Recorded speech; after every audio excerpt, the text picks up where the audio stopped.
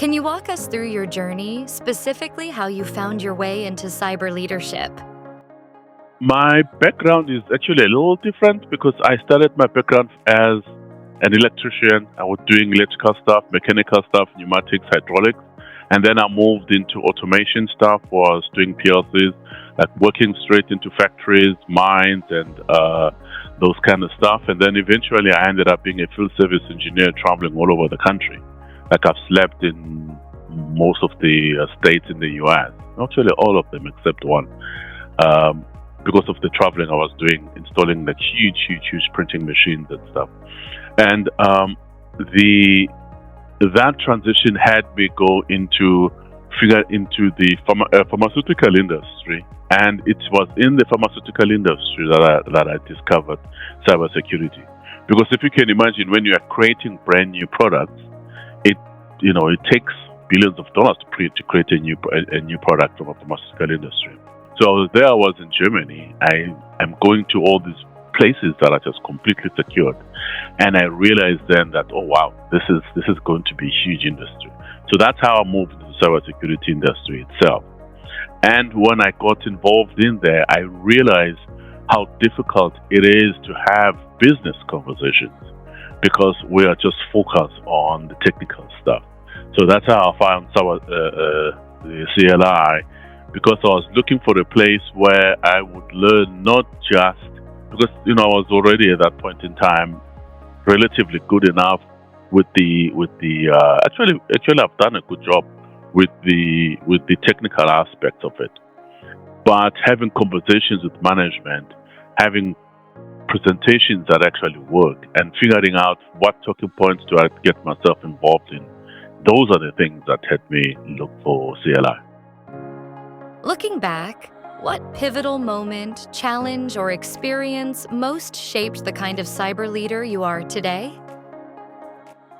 So, before I worked for Norfolk Southern, I worked for MATA, which is the train systems in the city of Atlanta itself. The city of Atlanta got hacked, and our police department and the city of Atlanta's police department work relatively close to each other, right? And I had to follow that attack relatively close. And just to give you an idea, there was a ransom that was looking for something around $50,000. I hope my numbers still work. Around $50,000. They ended up spending, the last time I looked, around the $15 million mark. The plan was it would cost around the $3 million mark, and it ended up costing around the 15, a bit more than 50. I know it was more than $15 million. So that whole conversation, and in that time, and this is just the remediation cost. This is not the cost of writing tickets and all the things that the city needs to be able to, earn revenue. Mm-hmm. So that was for me the challenge that actually had me focus on, we need more leadership into conversation. And one of the key things that became important was the communication aspect of it, right? Being able to communicate with different stakeholders. Because, when the city is attacked, you have to talk to the police, you have to talk to the media, and somebody has to talk to has to continue running the town, the town itself, and somebody has to talk to the employees and make sure that the employees still want to work there, because who knows if they'll get paid or not. So communication is actually very, very important. That's one of the things I've learned out of that stuff. But it all boils down to, how do you create resilience as a creation, as in something that you engineer into your solution. In your day-to-day work, what one or two key strategies do you rely on to transform culture and secure strong support from key executives, especially when you're facing critical deadlines and need to get serious work done?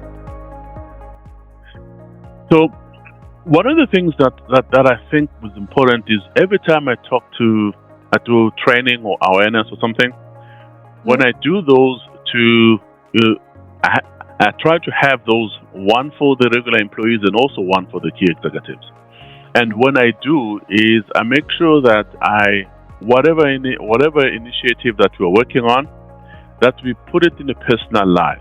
For instance, when you're talking about things like password management and things like that, if you take that and you say, you know what, if you were thinking about it, we're sitting here and somebody calls my mom and asks about this, that, and the other.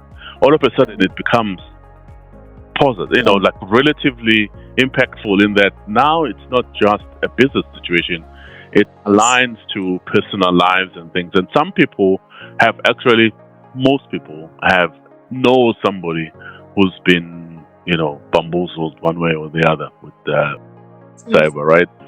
So bringing that, because that brings a certain amount of emotions into this conversation, because it tends to be a dark conversation. So when I attach it to something personal, it just brings that little bit of emotion to it. So that's one of the things I do. The second thing I do is I look at how would it work if we were successful in responding to this correctly. For instance, if we had, I start my conversations with, say, whatever it is we're dealing with, we were attacked and we responded 100% perfectly. What would that look like? Instead of saying, could we be attacked or not? Can I put systems in place or not to make sure this doesn't happen? We start with, how do we respond perfectly? And then work our way back.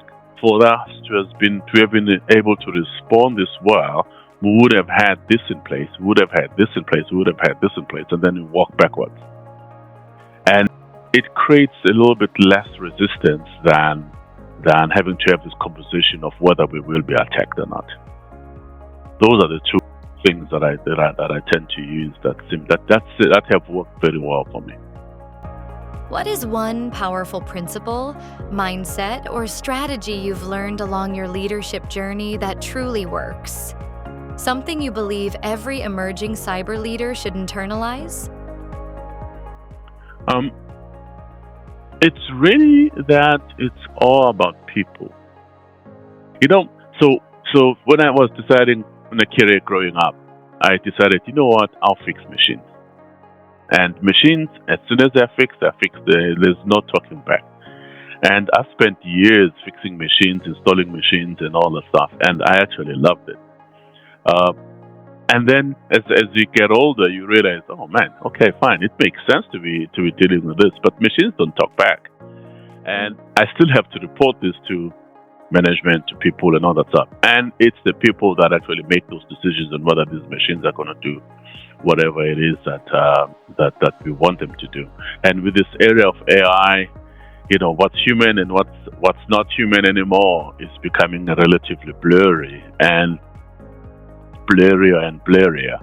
And so I think building that trust and having that human-to-human connection with people is a valuable skill to have. It's a valuable, I don't know if I want to call it just a value point, but it's something that is extremely important. And it's going to get even more. It's going to get even more critical. And, the sooner that people build these systems around trust that are based on human to human, the sooner we'll build those systems now before AI actually takes over. The better I think people would be in the future. So yeah, human connections. It took a while, but it is human connections, and knowing that you are talking to humans, and then be able to find ways of talking to human beings in a manner that actually works for them. Can you share one or two ways the Cyber Leadership Institute experience has supported your growth, both professionally and personally? I think one of the biggest things that the Cyber Leadership Institute did for me was to be able to give me a way of showing how do we actually work within all these different aspects of cybersecurity. Because, there's one level in which we are defending, and there's one level in which we are doing things to show what we've done to the to leadership itself. And then there's a third aspect of how do we make sure that all of these systems work within the organization as a whole. Being able to extract all that information out of all the systems that we put in place into one presentation or one sort of screen that shows where we have been from the past and where we are now. Be able to show all of those aspects in one page. Because, as we all know, the C-suite and people at higher levels don't like reading too many words.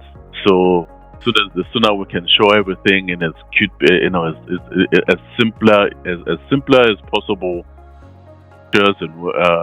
and systems, the better. But in a way that actually communicates. From a personal perspective, for instance, yesterday I was in a mastermind with CLI, and I've met people that I around the US and around worldwide, and we were talking about the importance of just connecting from a personal perspective, and also if you wanted to have a business, connecting from a business perspective. They were discussing one of the things that came up is different business ideas and things like that. So I have connections now in LinkedIn that I got from CLI, but also just being able to hang out with people in that space. I have some people that I actually talk to now that I met in CLI.